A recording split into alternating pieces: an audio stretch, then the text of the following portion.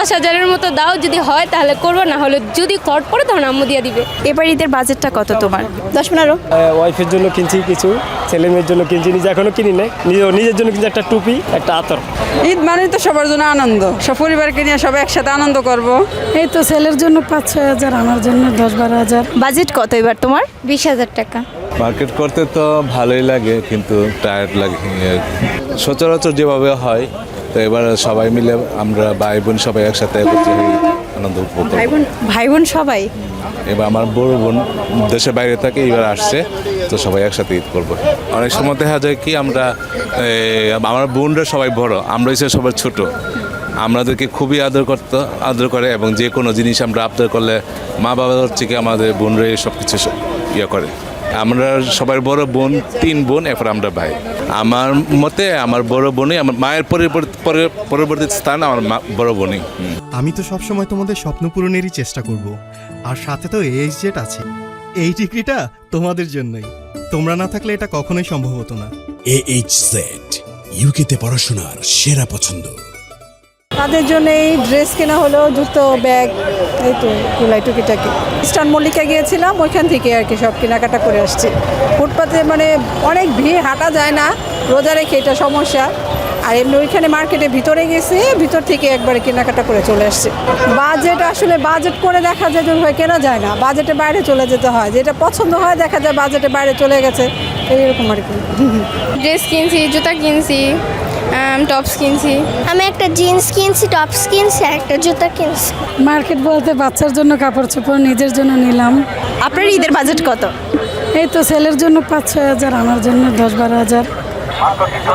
Husband আছে, হাজব্যান্ডে দিলে তো খুশি হয়। হাজব্যান্ডের কাছ থেকে টাকা না বলে কখনো নেই না। বেড়াইতে দেশে যাব, পোলাপানিদের নিয়ে ঘুরতে যাব, এই পরিকল্পনা। কেমন লাগতেছে পরিবার নিয়ে মার্কেট করতে? হ্যাঁ, ভালো, ঈদের আনন্দ একটা ভালোই লাগতেছে। এবার ঈদকে ঘিরে পরিকল্পনাটা কি করবেন?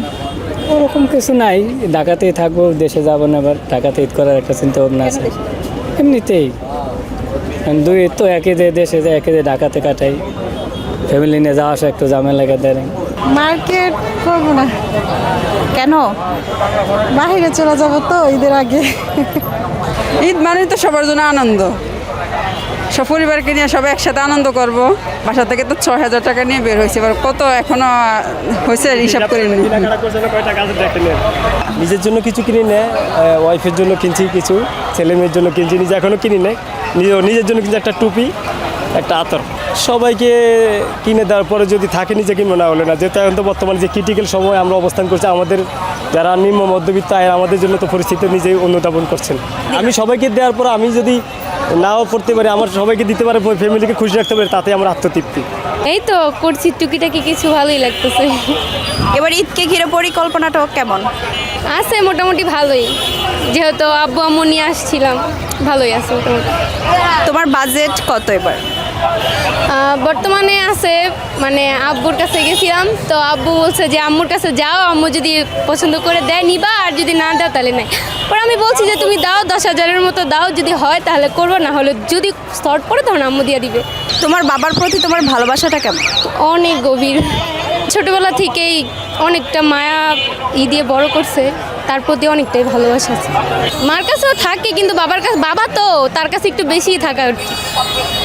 আর আমার মার থেকে একটু বাবার প্রতি বেশি ইন্টারেস্ট, যে বাবা তুমি আমার থেকে দূরে চলে গেলে আমার থাকার কোনো থাকবে না, অনেক কষ্টের ব্যাপার।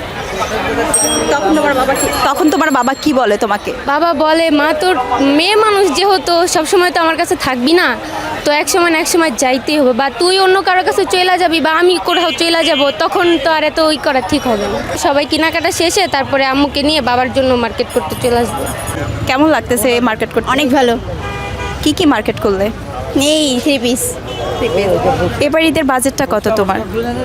অনেক, যেমন 10-15। তোমার এই বাজেটটা কে দেয়? আমার বাবা। কেনাকাটা করতে কেমন লাগে? হ্যাঁ, অনেক ভালো, অবশ্যই। এবার কি কেনাকাটা করলে এই পর্যন্ত? বাজেট কত এবার তোমার? 20,000 টাকা।